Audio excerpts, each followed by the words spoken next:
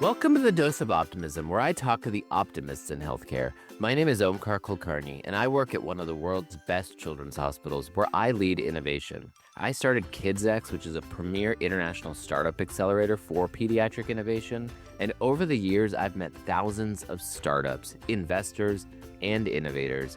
Every one of them has a story, and every one of them is optimistic about the problems they're solving. On this podcast, you'll meet amazing people who will share their stories and what makes them optimistic about the future of healthcare. A little note before you get into this episode. This podcast is for informational purposes only. We are not offering medical advice, and we're not endorsing any products. Please talk to your own physician about your health or the health of your children. All right, let's get started. Asynchronous healthcare. Most of healthcare is delivered live. A doctor or nurse meets with a patient, in person or virtually, examines them, and then offers medical advice and a treatment plan. But most Americans who try to schedule a live appointment with their doctor will find the next available appointment is weeks or months away. Access to a clinician is a growing problem in our country. Enter asynchronous healthcare. The idea that for some medical issues, a clinician may be able to engage with the patient asynchronously and offer medical advice and/or treatment in a timely manner. While this type of telehealth is not appropriate for dealing with all healthcare needs, it does offer an opportunity to increase efficiency and access for patients who are seeking care. In today's episode, we dive into asynchronous healthcare, its applications, and the tools required to enable it. First, we talk to Ellen De Silva, the founder and CEO of Summer Health. She's on a mission to enable parents to have 24/7 asynchronous access to a pediatrician through text message.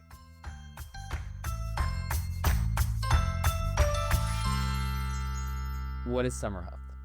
I used to joke that we're in the business of actually like parental mental health and well-being because as a new parent, all you want is to raise a healthy kid. That's like really the primal instinct that every parent has. But what do we actually do? We offer on-demand access to pediatricians virtually. We do mostly via text message, but we are able to get you a pediatrician anywhere in the country, any time of day within 15 minutes.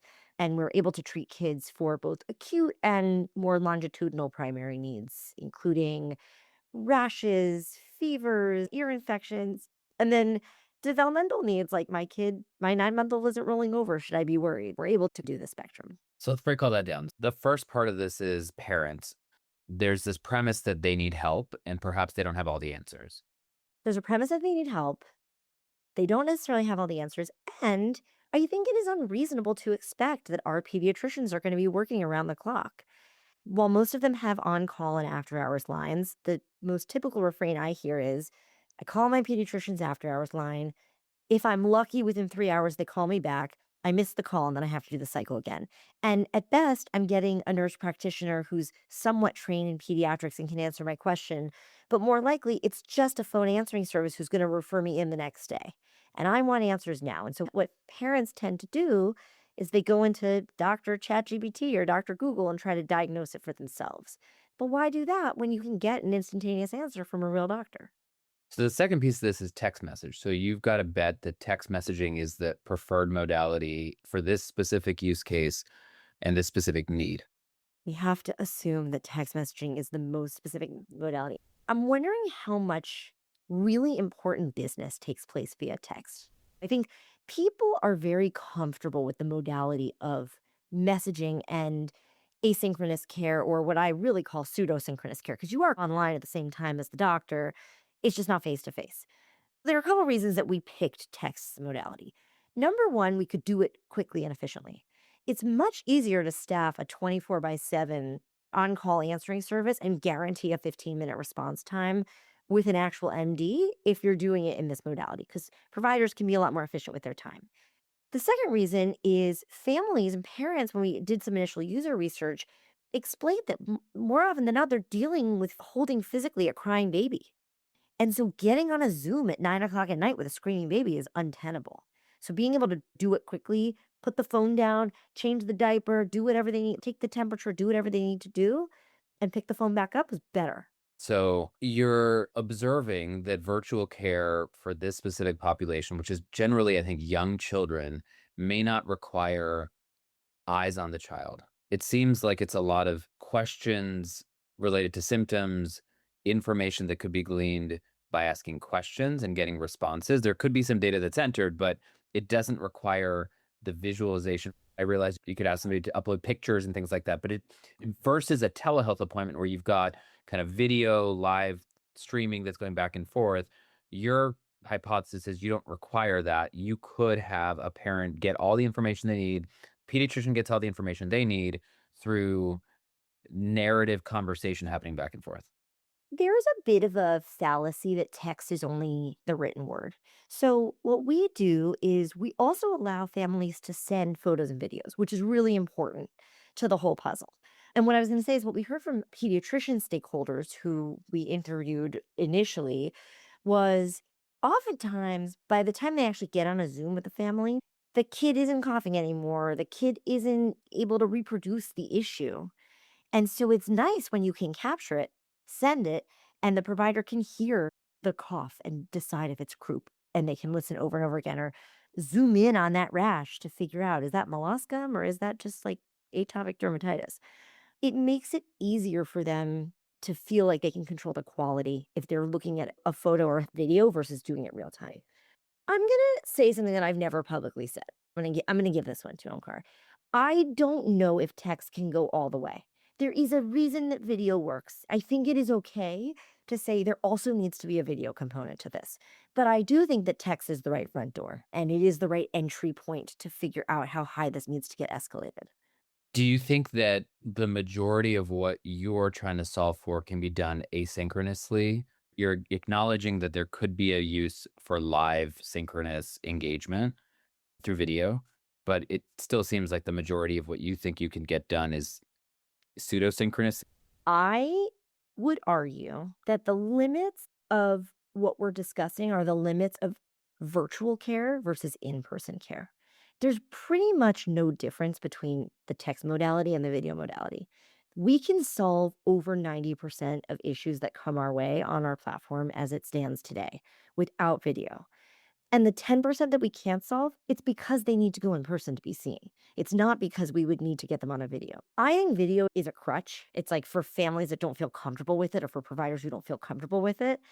But I don't think that there's any meaningful clinical difference in doing it via No, text. but I want to step away from video and text for a second because those are, I think, proxies for this conversation that I've been having with various people around.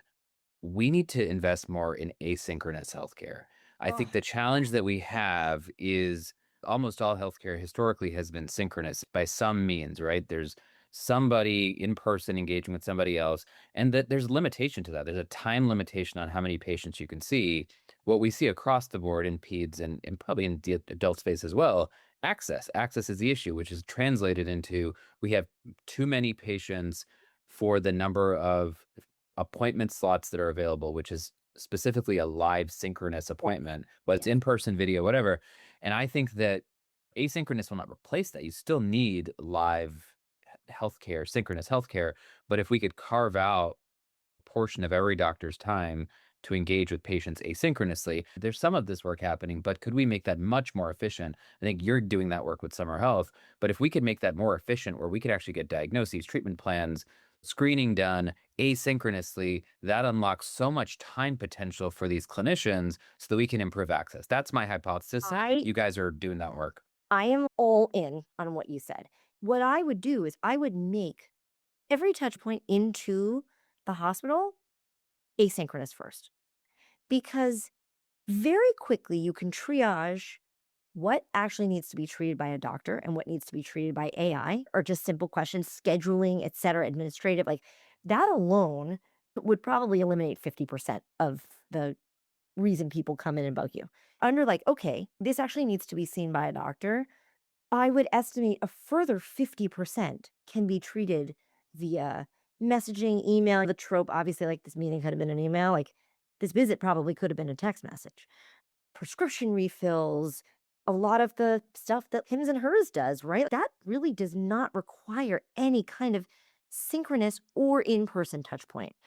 that would then eliminate a huge chunk of the work streams. And so if you're left with just what actually needs to be treated in person by a doctor in real time, it's probably far more interesting cases.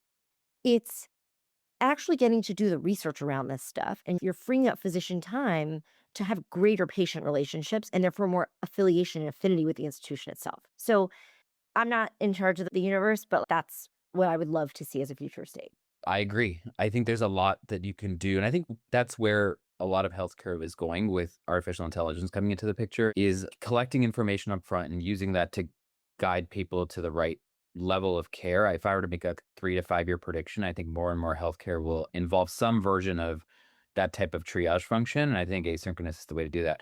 A couple challenges that we need to solve. Would love your take on what you're doing at Summer Health. The first is healthcare is traditionally paid fee for service. We're paying for live synchronous care. And there's some exceptions to it. And obviously, value based care is a different framework. But so much of healthcare, the vast majority of healthcare expenditure in at least the United States, is traditional live synchronous 72%. care. 72%. So that's a very large amount. And so, how do you deal with it? We tried like a value-based arrangement where families pay $20 a month to get access to the platform, and that still exists. We've also gotten bespoke arrangements with plans, a mix of value-based arrangements and fee-for-service arrangements where they are reimbursing us for our asynchronous care. Plans, both Medicaid and commercial, need more access to pediatricians. Many of them either lack network adequacy or just need families to stay out of the emergency room because it's very costly. And showing up to the emergency room for a simple rash or a simple fever is a terrible use of funds. There are very few options for these families other than that. And it makes a lot of sense for them to cover an inexpensive service like ours instead of the alternative, which is having people go to the emergency room.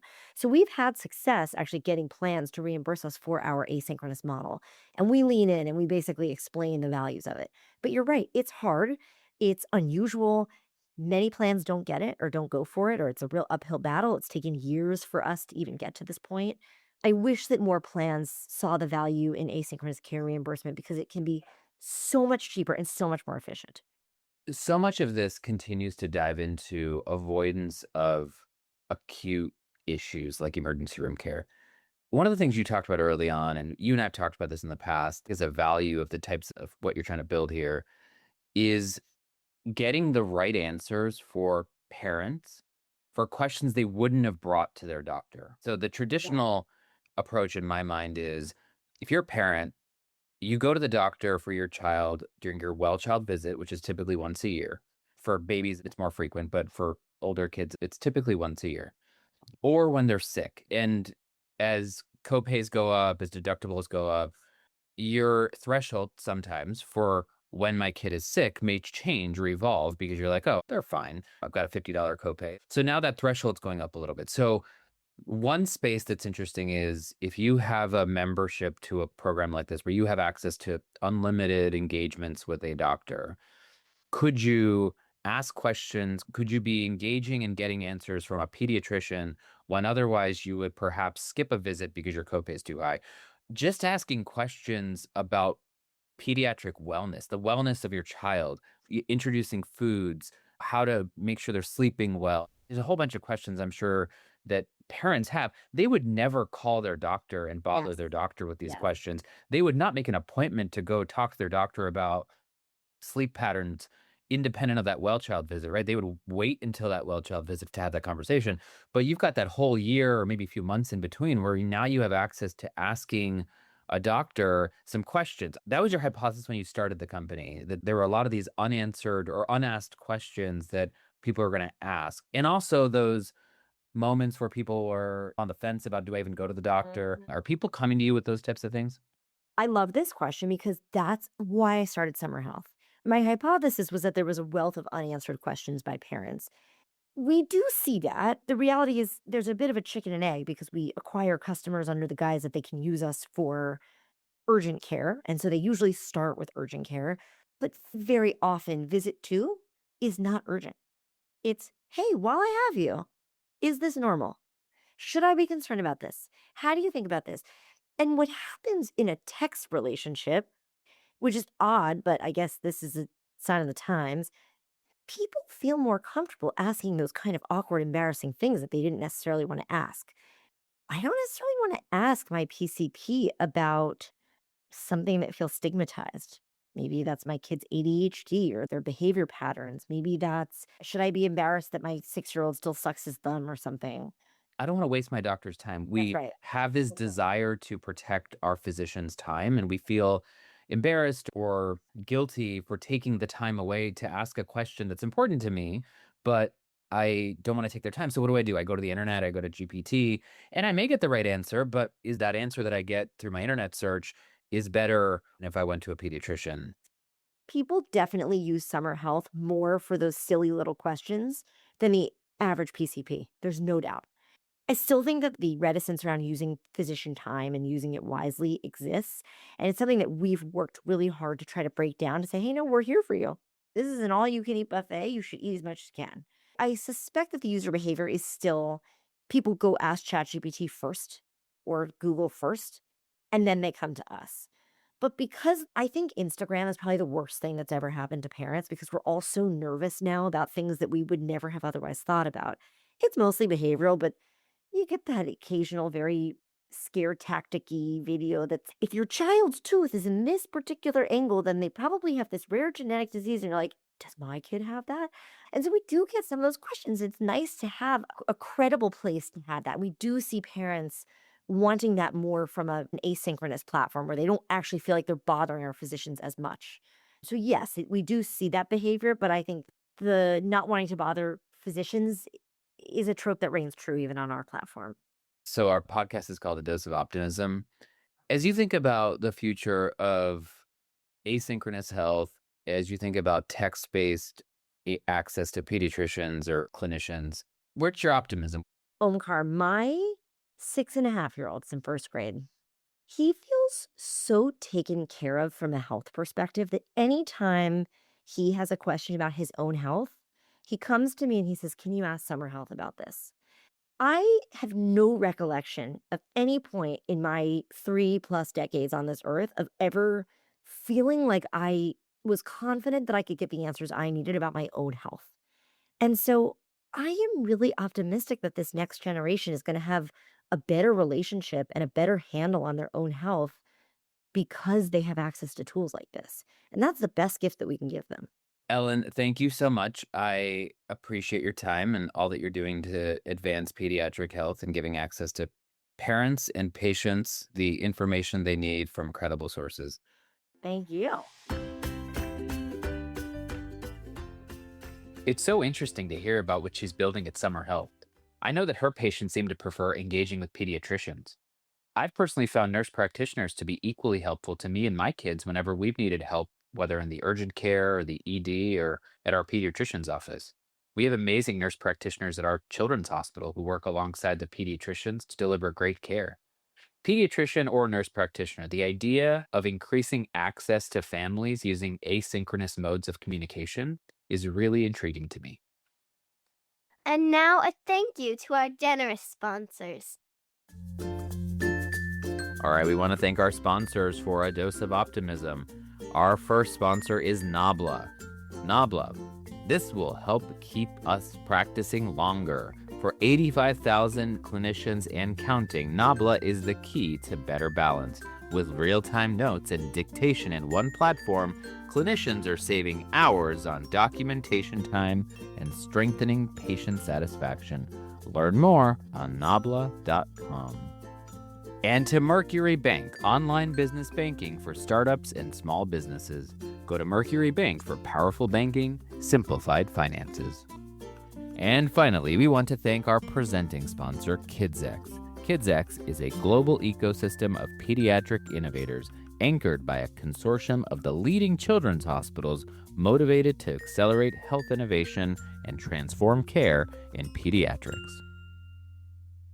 Next, we talk to Arna Stoll, the CEO and a founding force behind Wavely Diagnostics, where she's spearheading the development of a smartphone-based virtual medicine cabinet that helps parents detect ear infections and other pediatric conditions from home using just their smartphone's microphone and a simple funnel. Pediatrics has traditionally been underserved in digital health. How does Wavely DX help unlock telehealth for children, especially for common conditions like ear infections? So at Wavely, we are building a virtual medicine cabinet of AI health apps for kids. We are having people use their phones to basically figure out what is going on with their kids' bodies. So the first app that we have launched is able to detect a potential ear infections just by using the phone to play chirps into the kids' ears. We recently announced that we'll be launching our second app later this year, which can detect a potential concussion just by scanning a kid's eyes. And so the idea is to empower parents with the information that they need to know when and if their kid needs care. And then the results of our apps can be used by virtual doctors to actually virtually evaluate and diagnose a kid. So we've got a partnership with Summer Health. All of their providers are trained in interpreting the Wavely test results. And so if a parent scans their kid's ears, if it looks like there might be an ear infection, they can then go ahead and purchase a consult with Summer Health, where they can then determine if it really is an ear infection and even get their antibiotics prescribed.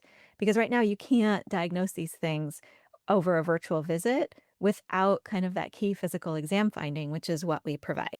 So I've got kids, and one of the challenges, ear infection is a great example, is we see the symptoms. We've been through it before. We think there's a chance, Mhm. that one of them has an ear infection. And convenience wise, it makes so much sense to use telehealth. But historically, we know that at some point in that telehealth visit, the doctor's going to say, I need to look in the ear. And then we're going to have to go Mhm. to either urgent care or to the doctor's office. Yeah, absolutely. So it's about making telehealth possible for some of these diagnoses. And the other thing too, it's about empowering parents to know when perhaps they don't need a visit. So if you look at the data, there's 30 million visits a year for a suspected ear infection. So 30 million times a year, a parent will bundle up their sick and cranky kid and take them to the doctor because they think they have an ear infection. There are only 8.4 million ear infections actually diagnosed every year. So that means that 71% of the time, 7 out of 10 times when a parent bundles up that sick and cranky kid, it's a reassurance visit. It's not actually an ear infection visit. And so what we do is we empower parents to know when they're in that 71% and when they don't necessarily need a visit for what they think is an ear infection is probably just a cold that doesn't need antibiotics or any sort of additional treatment besides chicken soup and cuddles. We all need chicken soup and cuddles. Walk us through what this is. What is the tool? So the technology itself was developed back in the 90s. What we've done that's really innovative is we've implemented this core technique and this technology on the smartphone that you have in your pocket already. So it's acoustic reflectometry. So essentially what it does is it plays a ping into the child's ear, a sound chirp into the child's ear, and then that bounces off the eardrum and we pick up the reflection and then we analyze whether the shape of the reflection is indicative of middle ear fluid. If there's no middle ear fluid, it's not an ear infection because the definition of ear infections is infected middle ear fluid. If there is middle ear fluid, that's when you then have a virtual consult with Summer and they look at other clinical factors to determine if that middle ear fluid is infected and merits treatment.